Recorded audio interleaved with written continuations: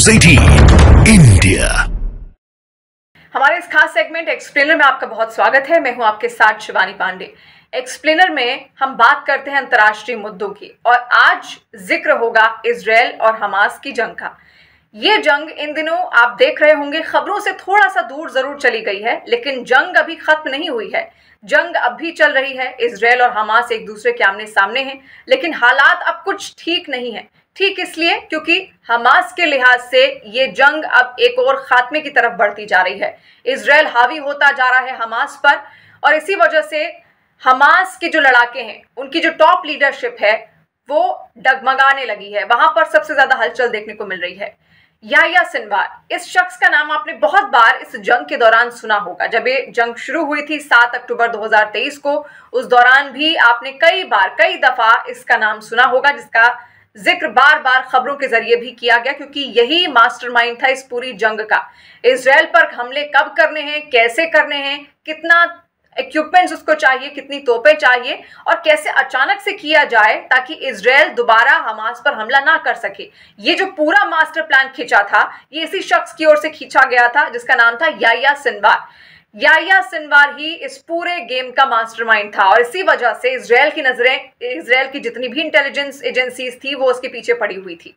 अब हालात यहां तक आ गए हैं कि जहां जहां इजरायल को खबर मिलती है कि याह्या सिनवार छिपा हुआ है, कहा यह जा रहा है कि इस वक्त वो आम लोगों के बीच में छिपा हुआ है रफा के पास, और जहां जहां भी वो जाता है इजरायल वहीं पर हमला करता है। और अब खात्मे की ओर धीरे धीरे हमास बढ़ता जा रहा है, क्योंकि हमास के तमाम लड़ाके इस पूरी जंग में मारे गए थे। क्योंकि शुरुआत हमास की ओर से की गई थी, लेकिन इजरायल के राष्ट्रपति बेंजामिन नेतन्याहू ने उसी वक्त कह दिया था कि खत्म इस जंग को अब इजरायल ही करेगा, इसलिए इजरायल अब पीछे हटने को तैयार नहीं है। इजरायल के जो डिफेंस मिनिस्टर हैं, जिनका नाम है योव गैलेंट, उन्होंने ये कहा है कि याह्या सिनवार जिंदा है, और उसका एक वीडियो भी उनको मिला है जहां पर वो एक टनल के अंदर से भागता हुआ नजर आ रहा है, और इस वक्त वो आम लोगों के बीच में छिपा हुआ है।